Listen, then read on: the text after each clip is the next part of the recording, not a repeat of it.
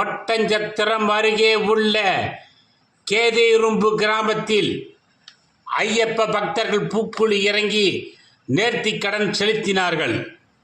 திண்டுக்கல் மாவட்டம் ஒட்டஞ்சத்திரம் அருகே உள்ள கேதேரும்பு கிராமத்தில் ஐயப்பன் கோவில் முன்பு குருசாமிகள் சிவசாமி, மாரிமுத்து, பொன்ராம், ராஜ் மனோகர் ஆகியோர் தலைமையில் 100க்கும் மேற்பட்ட பக்தர்கள் பயபக்தியுடன் நீண்ட வரிசையில் நின்று தங்களது கை குழந்தைகளை தோளில் அமர வைத்தும் பூக்குழி இறங்கி நேர்த்திக்கடன் செலுத்தினார்கள்.